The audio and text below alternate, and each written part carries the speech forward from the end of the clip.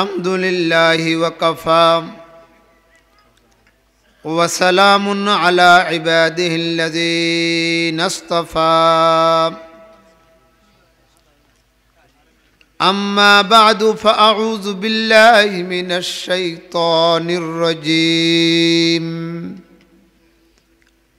بسم الله الرحمن الرحيم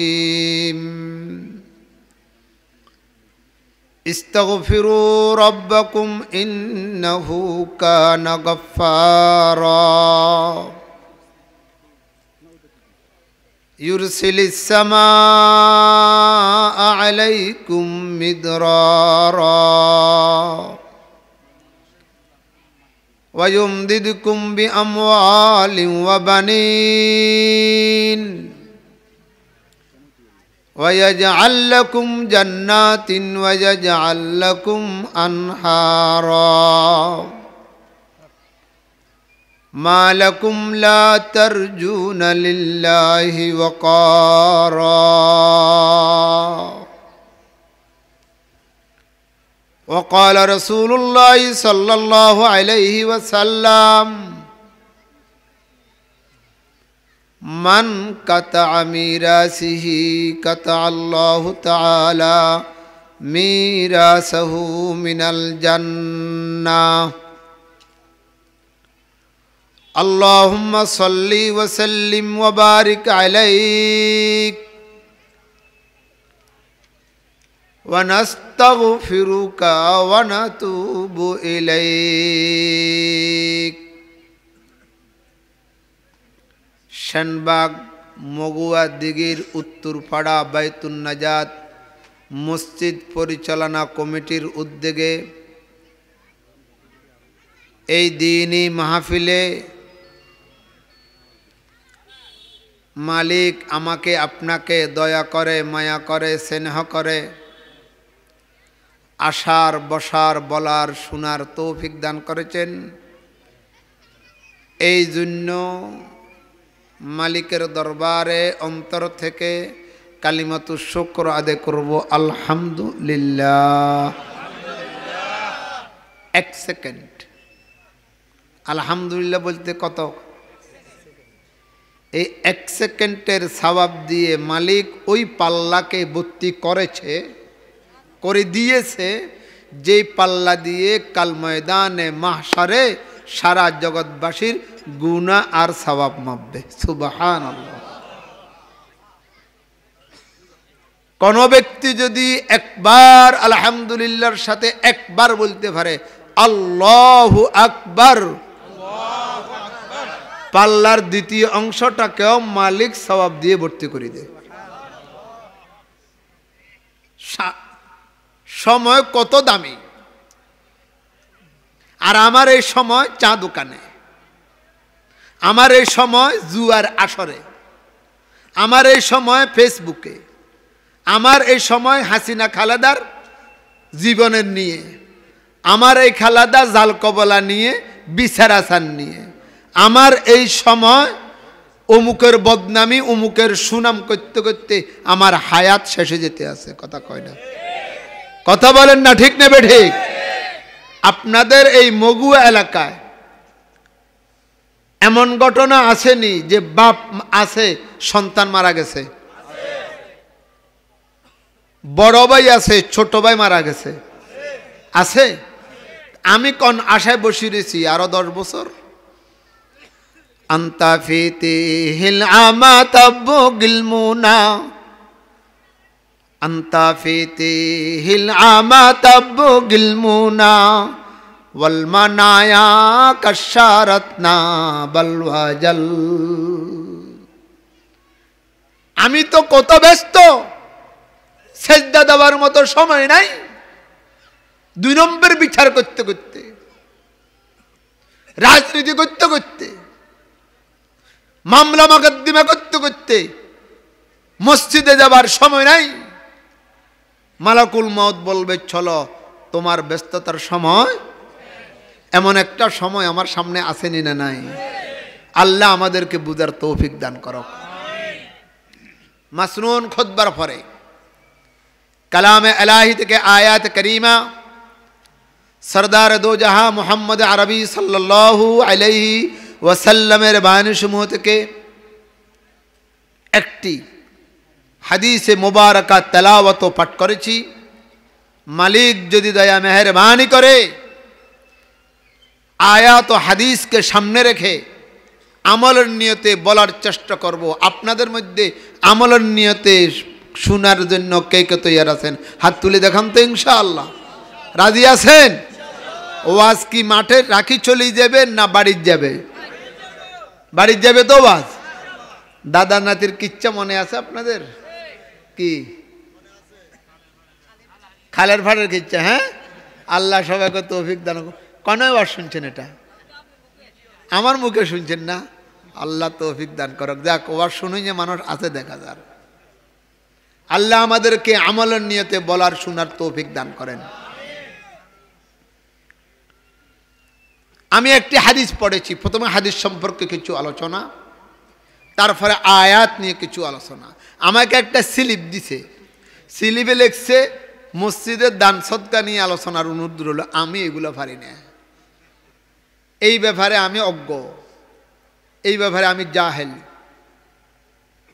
আল্লাহ শুকর, আমি যেই মাদ্রাসায় আছি প্রতি মাসে 16 লক্ষ টাকা খরচ হয়। কেমনে আসে আমি জানি না। আমার বাড়ির দরজা মাদ্রাসা আছে, প্রতি মাসে 2.5 লক্ষ টাকা খরচ হয়। কোথার থেকে আসে আমি জানি না, কিন্তু আমি জিম্মেদার।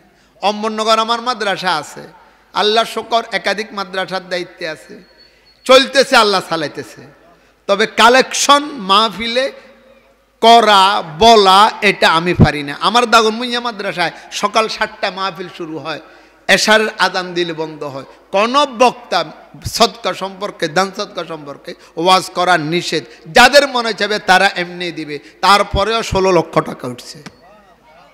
আলহামদুলিল্লাহ বলেন না? বলি না দেন। আমার গায়ে জামা লাগবে, আমি তো বুঝি।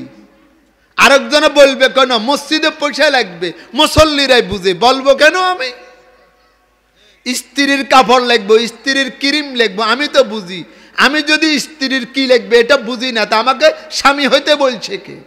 আমি মুসল্লি, আমি যদি মসজিদের কি লাগবে এটা না বুঝি, আমাকে মুসল্লি হইতে বলছে কে? আমার কথা বুঝেন না আপনারা? আরেকজনে বলবে কেন? আল্লাহ বুঝার তৌফিক দান করো। এখন থেকে 1200 বছর পূর্বে এক লোক সিরিয়া থেকে হজ করতে এসেছে। ওলামায়ে কেরাম যদি থাকেন খেয়াল করে নোট করেন। এই ঘটনাটা পাবেন সিয়ারু আলামিন নুবালা একটি কিতাবে। এই কিতাবটা 30 ভলিউম। কিতাবের দাম বর্তমানে 27,000 টাকা। আরবি কিতাব। এই কিতাবের লেখক আল্লামা শামসুদ্দিন জাহাবি রহমতুল্লাহ আলাইহি। উনি সিরিয়া থেকে হজ করতে এসেছে। তৎকালীন মুদ্রা ছিল স্বর্ণ চান্দির, এখন মুদ্রা হয়েছে কাগজের। সভাপতি সাহেব যদি 2 পকেটে আর 10 লক্ষ টাকা লইও যদি হাঁটে, কেউ কইতে হইতো না এমিয়ার কাছে যে 10 লাখ টাকা আছে, যেহেতু সব 1000 টাকার বান্ডিল। কথা কন না? হাসানি কথা। আর 5 টাকা দামের কয়েল যদি 2000 টাকা লইও চলে, হাতের পকেট দোনগ ওজন দেব, চলতে কষ্ট হইব। কথা কয় না? উনি হজ করতে আসতে অনেক টাকা নিয়ে আসছে, মুদ্রাগুলো স্বর্ণের চান্দির। এগুলা নিয়ে হজ করা কষ্ট। মিনায় যাওয়া, আরফায় যাওয়া, মুজদালিফায় আসা, তাওয়াফ করা, সাই করা, কত কষ্ট। যারা হজ করছে আল্লাহ সবাইকে করার তৌফিক দান করো। হজ যদি হজের মতো করে, হজ করার পরে মানুষের শরীর লড্ডা মাছের মতো থেত্তের রয়ে যায়। লড্ডা মাছ চিনেননি? লড্ডা মাছ। আর যদি হজ করতে জানো, হাজি সাহেব নাম ফুটাবার লেগেছে, আতে বাস ফাংফুং চৌর ইয়ে আছে, বাস সেচ্ছে। হজ বড় কঠিন। লড্ডা মাছের মতো থেত্তের রয়ে যায়। শরীরে যে একটা গেঞ্জি, শরীরে যে এরামার কাপড়টা থাকে, এটাও কষ্ট লাগে। কোথায়? আরফার ময়দান হাঁটি আসতে হয় মুজদালিফায়। এই রোদের ভিতরে, গরমের ভিতরে, মাগরিব নামাজের পরে 80 কষ্ট। পাথর মারো, সাই করো, তাওয়াফ করো। আল্লাহু আকবার। এই লোক মক্কার লোকদেরকে জিজ্ঞাসা করলো, ভাইরে আমার কাছে অনেক টাকা, ওজন হয়ে গেছে, বস্তা বড় হয়ে গেছে, আমি আর দেশে ফিরে যাবো না, আমি মক্কা মদিনা থাকি যাবো সারা জীবন। তখন এটার ব্যবস্থা ছিল, এখন তো ভিসা, দেশের নিয়ম কানুন অনুমতি, এখন থাকতে পারে না। আমার কাছে অনেক টাকা, আমি টাকাগুলো কারো কাছে আমানত রাখতে চাই। গ্রামের ওয়াজ, এই জন্য এমন একটা বিষয় ওয়াজ করতেছি যে দোষটা আমাদের ঘরে ঘরে প্রত্যেকের কাছে আছে। আল্লাহ জীবন পরিবর্তন করার নিয়তে ওয়াজ শোনার তৌফিক দান করো। আমল করবেন তো ইনশাআল্লাহ। তো লোকজন দেখাইছিল, অমুক ব্যক্তি মাকবারাতুল মুআল্লা মসজিদুল জিন এর সাথে একটা দোকান আছে। আবু জেহেলের বাড়ির ফাঁসে দিয়ে গেলে জিন মসজিদ, মাকবারাতুল মুআল্লা মক্কা শরীফের প্রসিদ্ধ কবর, যেখানে আম্মাজান খাদিজাতুল কুবরার কবর, এমদাদুল্লাহ মুহাজিরে মক্কির কবর, বড় বড় বুজুর্গ, বড় বড় সাহাবাদের কবর। ওখানে একটা দোকানদার আছে, এই দোকানদারটা আমানতদার, ফরেজগার, আল্লাহওয়ালা, তাহাজ্জুদ গুজার, ইবাদত বন্দেগী করে, 5 বেলা নামাজ মক্কা শরীফে পড়ে, মেহমান নামাজি করে, গুণের শেষ নেই, তার কাছে আমানত রাখো। এই লোক যাইয়া তাকে বুঝাই কইছে, ঠিক আছে তোমার প্যাকেটটা নাম লেখি আমার দোকানের পিছনে রাখি যাও, তোমার যখন সময় হবে তুমি সময় মতো লইয়া যাইও। এই লোক আমানত রাখে চলে এসছে।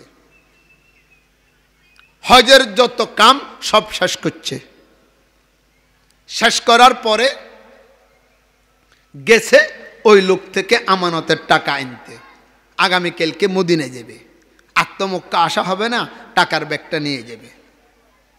যাইয়া দেখে এই লোকটা মারা গেছে। কে মারা গেছে? আপনারা কথা কন্যা দেইভাবে টাকা রয়েছেন। যদি কানে না শুনেন ওয়াজে কেন আসছেন, বাড়ির বই থাকলে তো ভালো, আর কানে শুনলে উত্তর দিতে হবে। কে মারা গেছে? দোকানদার। ছেলেদেরকে বলল, ভাইরে তোমার বাপের কাছে আমার এই পরিমাণ সম্পদ দাও। ডকুমেন্ট দাও, প্রমাণ দাও। প্রমাণ নেই। যাও, টাকা নেই। প্রমাণ আছে? তোমার ব্যাগ আছে। প্রমাণ নেই, ব্যাগ নেই, চলে যাও। এই লোক নুরেশ হইয়া চলে আসলো। আসিয়া মাতাফে তাওয়াফ করতেছে। কালাগরের চতুর্দিকে নিচু জায়গা, খালি জায়গাটার নাম মাতাফ, তাওয়াফ করার জায়গা। তাওয়াফ করতেছে আর কাঁদতেছে, হাউ মাউ করে কাঁদতেছে। এমতো অবস্থা হেরেমে মক্কা, চতুর্পাশে যে গড়গুলা দেখা যায় এটার নাম হেরেমে মক্কা। মক্কার হেরেম থেকে একটা লোক নামিয়ে আসলো মাতাফে। আসি জিজ্ঞেস করে, তুমি কাঁদো কেন? বলে, কাঁদি এই ঘটনা। বলে, কোনো টেনশন করিও না, আল্লাহ তোমার টাকা পয়সাগুলার ব্যবস্থা করিয়ে দিবে।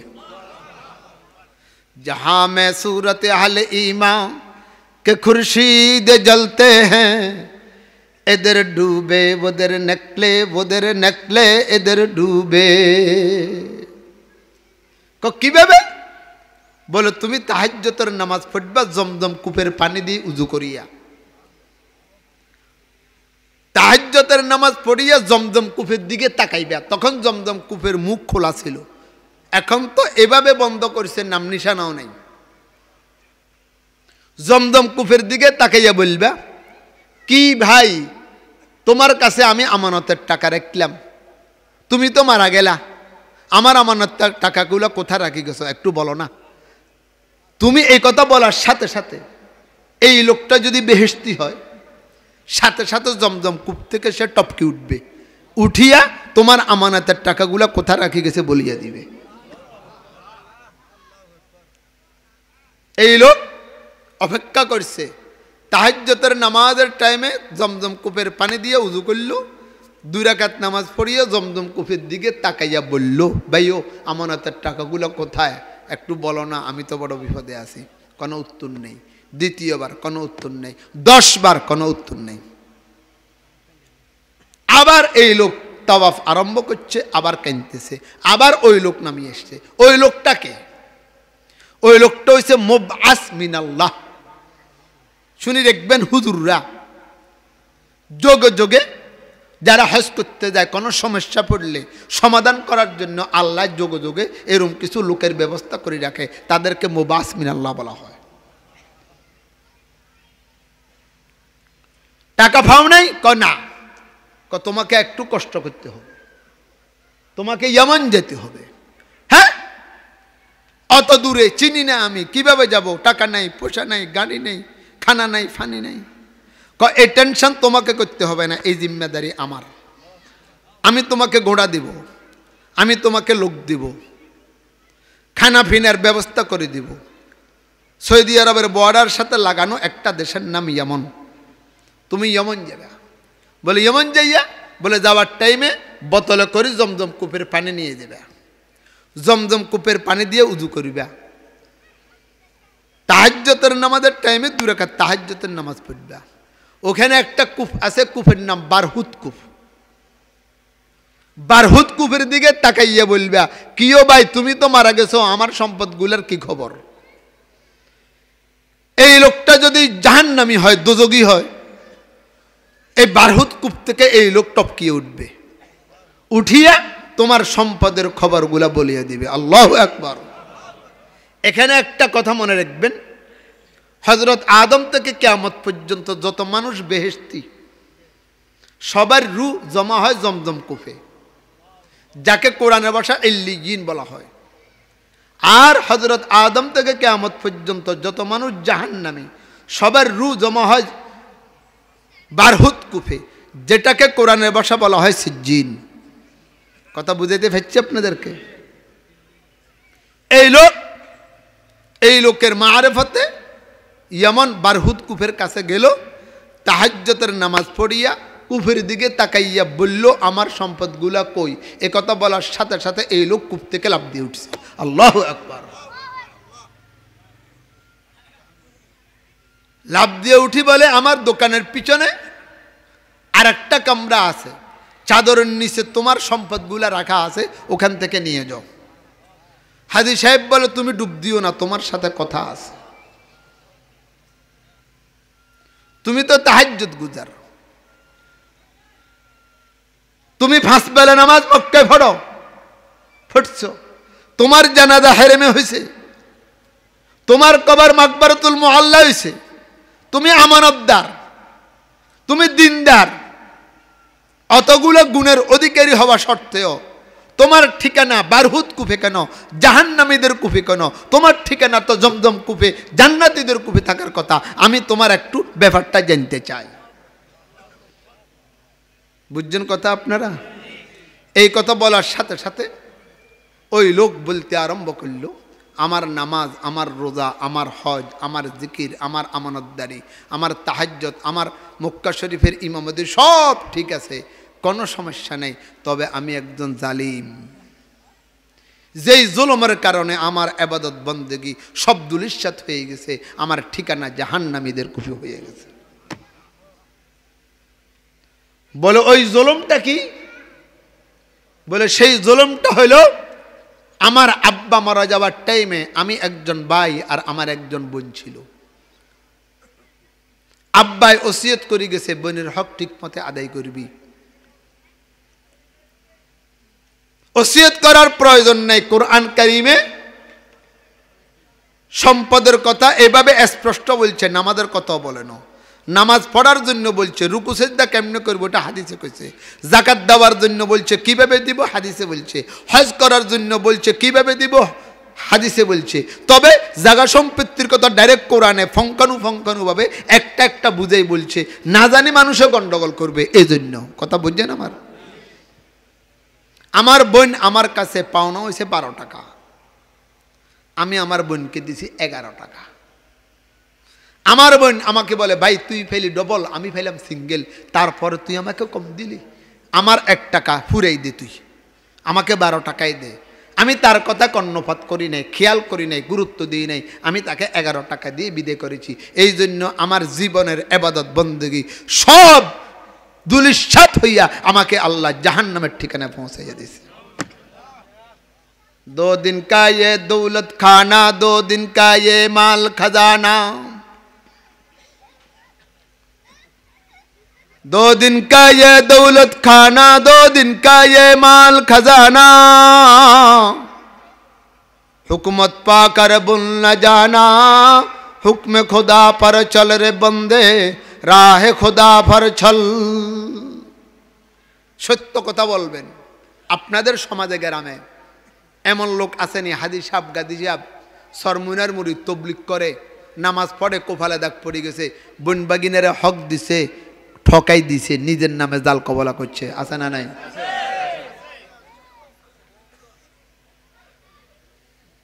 আজকে মাসালা শুনেন। আব্বা মারা যাওয়ার পরে প্রথম নম্বর দাফন কাফন, দ্বিতীয় নম্বর ঋণ। দাফন কাফন ঋণ শেষ করার পরে যেই সম্পদ আছে এগুলাকে 3 ভাগ করবেন। 3 ভাগের 1 ভাগের ভিতরে যদি ওসিয়ত করে যায় থাকে, 1 ভাগের ভিতর ওসিয়ত চলবে। মাদ্রাসা মসজিদে দিয়েছে, এর নতুন মসজিদ হয়েছে, এখানে 10,000 টাকা দিচ্ছে, ওসিয়তের টাকা থেকে চলবে। ওসিয়তের টাকা শেষ হওয়ার পরে, দাফন কাফন শেষ হওয়ার পরে, ঋণ শেষ হওয়ার পরে, গড়ে প্যান সালাইয়া বাতাস খাওয়ার আগে, শীতকালে কম্বল গাদ দিয়ে স্ত্রীরে বুকে লই ঘুম যাবার আগে, কদু গাছের থেকে কদু কাটিয়া ফাঁক করার আগে, পুকুর থেকে মাছ উঠাইয়া মেহমানদারি করার আগে, হাত ধুইয়া মাত্র কবর দিয়ে আসছেন, হাত এখনো শুকায় না, বোন হইলে বোন, ভাই হইলে ভাইদেরকে বলবেন আয় বস, আব্বা এই এই সম্পত্তি রাখি গেছে, এই সম্পত্তির ভিতরে তোদেরও হক আমার হক, কি করবি কর। কি সম্পত্তি রাখি গেছে? এইভাবে আমার দিকে তাকান, কাগজের 2 ভাগ করবেন, 2 ভাগ করে লিখবেন স্থাবর সম্পত্তি, অস্থাবর সম্পত্তি। অস্থাবর সম্পত্তি মানে আব্বার ব্যবহৃত যত কাপড় চোপড় আছে এগুলার দাম ধরবেন। এগুলা নতুন মার্কেটে 5,000 টাকা, 1-2 জন জ্ঞান এগুনি ব্যক্তিকে ধরবেন, এগুলো তখন এসকারা পুরান হয়ে গেছে, ধরেন 500 টাকা। আব্বা নারিকেল গাছ লাগা গেছে, সুপারি গাছ লাগা গেছে, আম গাছ লাগা গেছে, জাম গাছ লাগা গেছে, এগুলার দাম করেন, দাম হয়েছে 70,000 টাকা। আব্বাই পুকুরের ঘাটলা দিয়ে গেছে, কল বসাই গেছে, টাঙ্কি দিয়ে গেছে, দাম ধরেন 30 লক্ষ টাকা দাম ছিল, 3 বছর আগে দিয়ে গেছে, এখন ব্যবহার হয়েছে, এগুলার দাম ধরেন 10 লক্ষ টাকা। আব্বা সেনবাগ বাজারে একটা দোকান কিনে গেছে, এটার দাম ধরেন 30 লক্ষ টাকা। বাড়ির উত্তর পাশে দক্ষিণ পাশে আব্বায় জায়গা রাখি গেছে, বাড়ির সামনে বিটা রাখি গেছে, এগুলার দাম ধরেন স্থাবর অস্থাবর সব সম্পত্তিগুলা দাম ধরার পরে মূল্য হয়েছে 30 লক্ষ টাকা। আমার কথা বুঝতে কোনো সমস্যা না তো? 30 লক্ষ টাকার ভিতরে বোন হইলেন একজন, ভাই হইলেন একজন। ভাইয়ে ভেবে ডবল 60 লক্ষ টাকা, বোনে ভেবে 30 লক্ষ টাকা। এই 30 লক্ষ টাকার থেকে আপনি যদি 29,95,000 টাকা বোনকে দেন, 5,000 টাকা যদি কম দেন, আপনি হবেন জালিম, আপনি বোনের হক পরিপূর্ণ আদায় করেন না। পুরাপুরি 30 লক্ষ টাকা বোনকে দিয়ে দিতে হবে। বোনে যদি ইচ্ছা করিয়া রাজি হইয়া যদি বলে ভাইয়া ধরেন 10,000 টাকা আপনি নেন, এগুলা দিয়ে আপনি কাপড় চোপড় সিলাইয়েন, এগুলা দিয়ে আমার বাতিজা বাতিদিরে আপনি কিছু কিনে দিয়েন, তারপরে আপনার জন্য জায়েজ। আপনি পকেটে রাখি, ইউসুফ কাসিমি তো ওয়াজ করছে সব দিয়ে দেওয়ার জন্য, এখন তো 5,000 টাকা 10,000 টাকা নাই, দন লাগবো নি, তুই যদি মাফ করি দোষ হইব না, মাফ করে দিলে হবে না, তাকে মালিক বানিয়ে দিতে হবে। সে মালিক হওয়ার পরে, সে পকেটে লইবার পরে, হাতে লবার পরে যদি 10,000 টাকা দেয়, তারপরে আপনার জন্য জায়েজ হবে। কে কে মাসালা বুঝছেন হাত তুলে দেখান। মাসালাকে বুঝছেন আপনারা সবাই? তেমনি ভাবে আপনি মাছ দোকানে মাছ কিনছেন, 573 টাকা দাম আইছে, আপনি 570 টাকা দিকন, বাউরে কালকে হামগো মগুয়া ইউসুফ কাসিমে যে ওয়াজ করছে 3 টাকা তো হাইজে না কনান দিরে, হ্যাঁ আবার কইছে হাদি সাহেব 3 টাকা দন লাগতো না, ওইতো না। আপনি 3 টাকা ভাঙ্গাইয়া 3 টাকা তাকে দিয়ে দিতে হবে। সে মালিক হওয়ার পরে যদি আপনাকে 3 টাকা দিয়ে দেয়, ধরেন 3 টাকা দিয়ে চকলেট খাইয়েন, ফান খাইয়েন, তারপরে জায়েজ হবে। তেমনিভাবে স্ত্রীর মোহরানা আপনার কাছে 50,000 টাকা পাওনা হয়েছে, আপনি লামসাম বলিয়া আজকে কালকে বলিয়া দিতেছেন না, স্ত্রীর তো মাপ চাইছেন, মাপ হবে না। স্ত্রীর টাকা তাকে বুঝাইয়া দিতে হবে, বুঝাই দেওয়ার পরে সে যদি আপনাকে দিয়ে দেয় তারপরে মাপ হবে, এর আগে মাপ হবে না। কথা কি বুঝাতে পারছি? বোনকে যখন বলছেন এই সম্পত্তি তোর আর আমার, বোনের দিল নরম, ওর কথা কয় না। বোনে দিব কান্দি, দিবনি কব ভাইয়ে কিয়া করলেন আপনি কথা, আব্বা মাত্র হচ্ছে আতর শুকায় না, আপনি যে মাটি দিয়ে আইছেন কিয়া কন। আপনারা ইচ্ছা মতো ব্যবহার করেন, আমাদের কোনো দুঃখ নাই।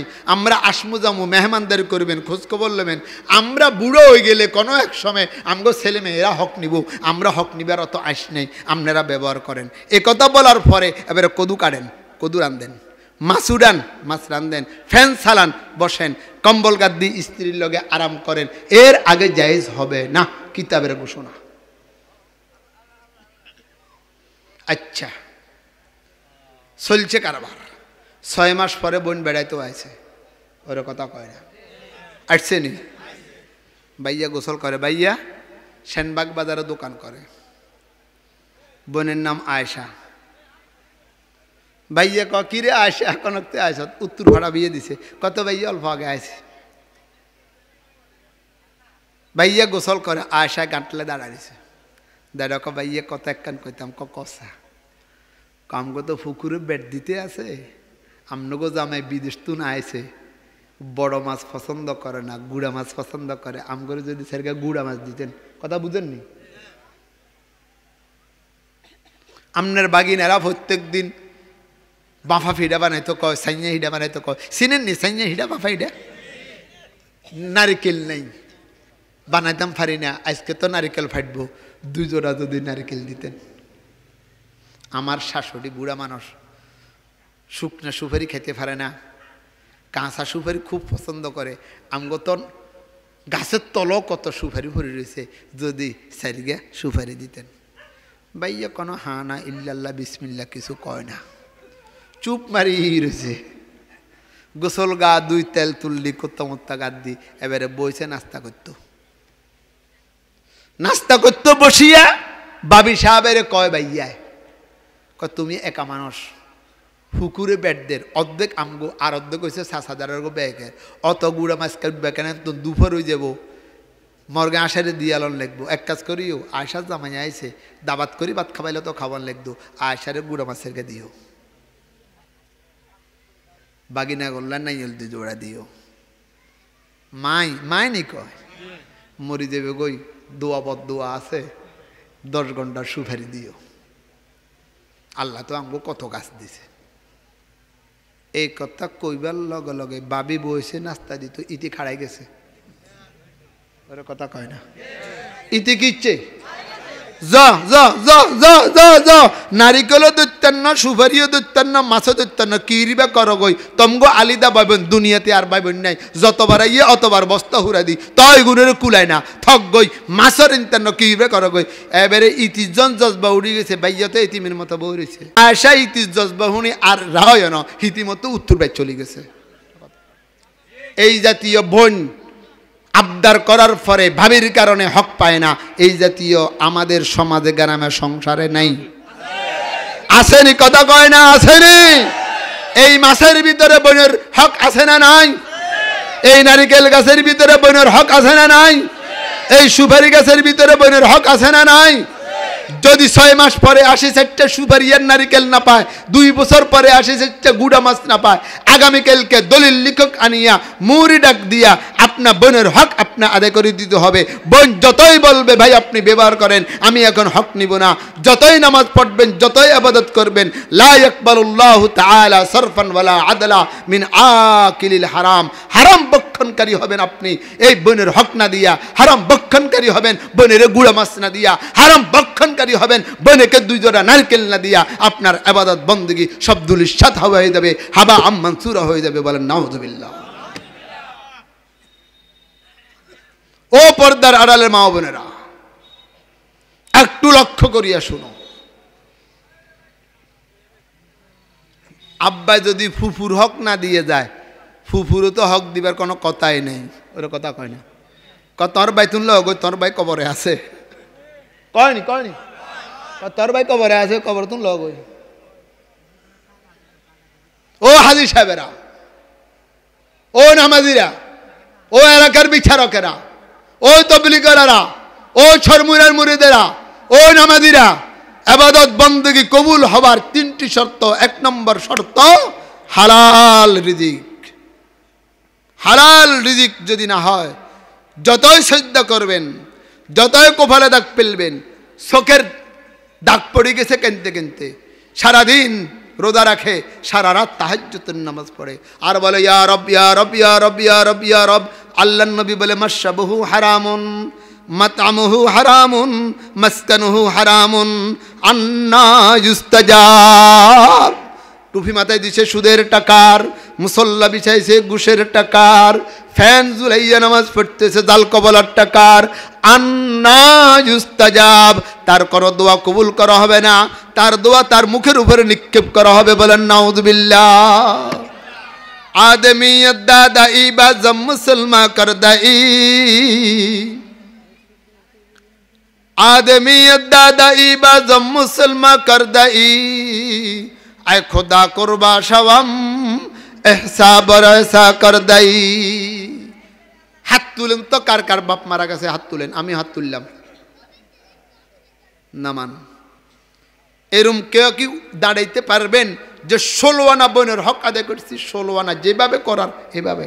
আব্বার ফুরাতন কাপড় চোপড়ও হিসাব করে দিছি বোনের, আব্বার জুতে হিসাব করে দিছি, দাঁত খিলাল হিসাব করিও বোনের হক দিছি। কেউ কি দাঁড়াতে পারবেন? বল হুজুর আমরা জানি না। নজননটা দোষ জানলেন না কেন? আপনি জাল কবলা করতেন জানেন, 2 নম্বরই করতেন জানেন, আইল ঠেলে ঠেলে জমিন বড় করতেন জানেন, আরে কথা কয় না, দুনিয়ার ভান্ডামি করতেন জানেন, আপনি জানলেন না কেন বোনের হক যেভাবে আদায় করতে হবে? আপনি দোষী। তালাবুল ইলমে ফারিজাতুন আলা কুল্লি মুসলিম। যে সময় যেই মাসালা দরকার হয়, ওই সময় ওই মাসালা জানা ফরজ। জানেন না, একথা বললে হবে না। রাস্তায় আপনি মানসিক গারে কল্লা হালাই দিচ্ছেন, এবার কসল জেলে চল কিল্লা কল্লা হালাইছ, কাজ জানি না, মানবনি কবে তুই জানাস না, সুদূর ভাই ফিডিওটা জানাস না কিনলে তুই, ওরা কথা কয় না। জানি না, একথা মানা হবে না। জানলেন না কেন? আপনি চুরি করছেন যে এটা জানলেন, জাল কবলা শিখলেন, আপনি আরেকজনের নামে মামলা করা শিখলেন, মিথ্যা কথা বলিয়ে আরেকজনকে ফাঁসাই দেওয়া শিখলেন, বোনের হক কিভাবে দিতে হবে এটা জানলেন না কেন? আপনি দোষী। কষ্ট হইতেছে না? কষ্ট হওয়াটা স্বাভাবিক। আমি হয়েছি এখন অপারেশনের ডাক্তার, আপনারা হয়েছেন সব রুগী, ওর কথা কয় না। ডাক্তারে ফ্যাট কাটবো, রুগিয়ে চুপ মারি বসে দেখতে হইব, কথা কয় না। আর দোয়া করতে হইব ডাক্তারে যেন ঠিক মতো ফ্যাটটা কাটে। কাটবার পরে 30,000 টাকা ভিজিটও দন লাগে, ওর কথা কয় না। ফ্যাটও কাটলো, ভিজিটও দন লাগে, ঠিক না কথা? ওলামায়ে কেরাম, সিভিল সার্জন আমাদের রোগগুলোকে ধরে ধরিয়ে অপারেশন করবে, আমাদেরকে মানতে হবে।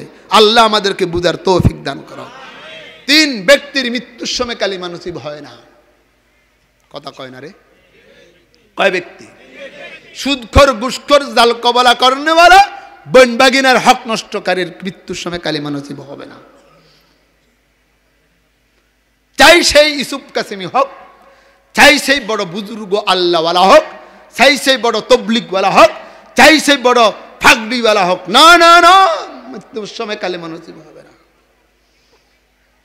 ইন্নামা হাররামা আলাইকুমুল মাইতাতা ওয়াদ-দামা ওয়া লাহমাল খিনজির ওয়া মা উহিল্লা লিগাইরিল্লাহ ফামান ইসতুররা গায়রা বাগিন ওয়ালা আদিন ফাইন্নাল্লাহা গফুরুর রহিম।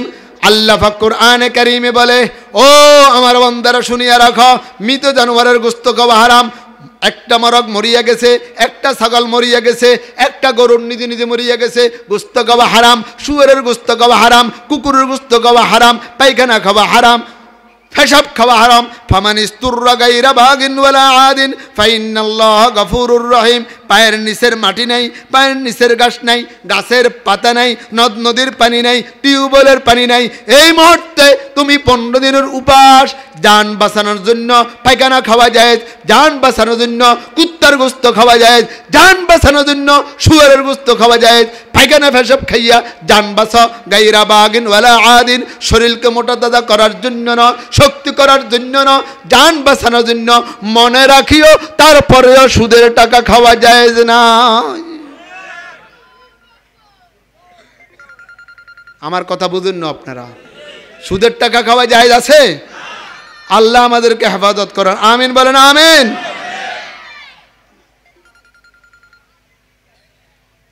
আসসালামু আলাইকুম। আসসালামু আলাইকুম। জি জি জি, আমি এক জায়গা বয়ান করতেছি স্যার।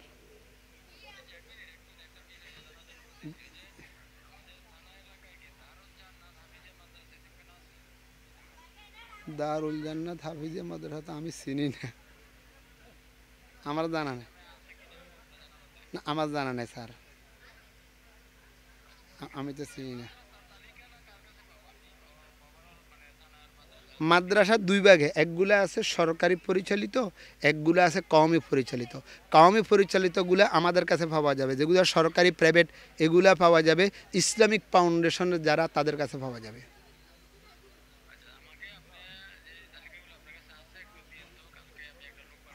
আচ্ছা ঠিক আছে স্যার, জি ঠিক আছে স্যার, জি। ওস হিসাবে ফোন করছে, কোন কথা না কোন কথা, এই জন্য দক্ষিণতে ফোন দিতাম না,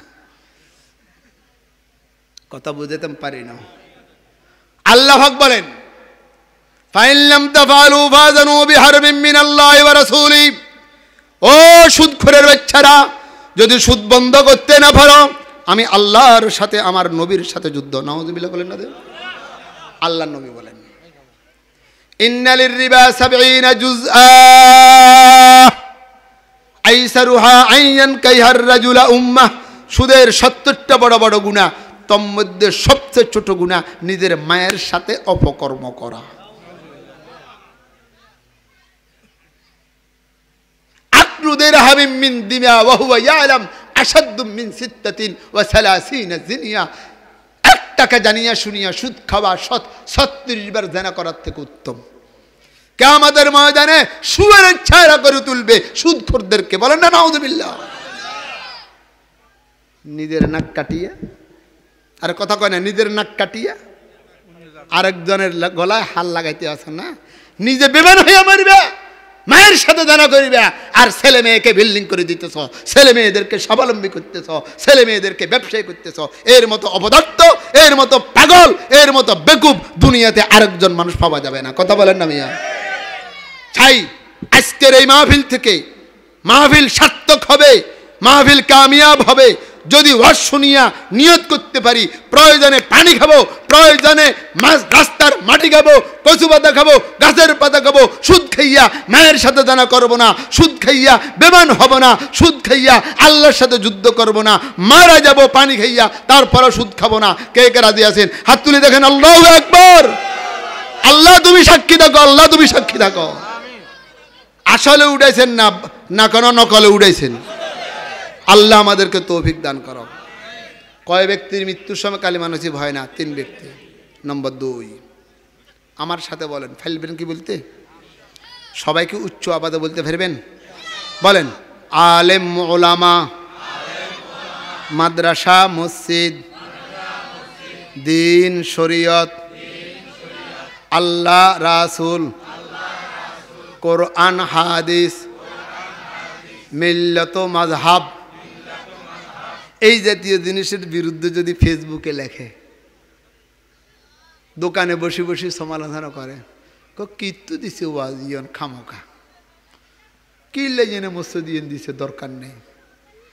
দাঁড়িয়ালা হাতের দেখতে পারি না, হাতে নামাজ হয় হুদা দেখতে পারি না, নামাজ পড়ে নিজে নামাজই দেখতে পারে না, নিজে দাঁড়িয়ে রেখছে দাড়িওয়ালা দেখতে পারে না, এমন কিছু সুলকানিয়ালা লোক সমাজে গ্রামে আছে, আসেনি?